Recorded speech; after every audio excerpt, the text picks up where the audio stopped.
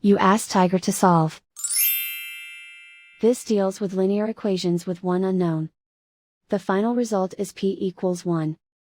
Let's solve it step by step. Group all constants on the right side of the equation. Subtract 3 from both sides. Group like terms. Simplify the arithmetic.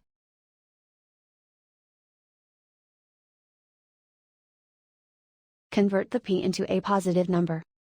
Multiply both sides by -1. Remove the ones. Simplify the arithmetic.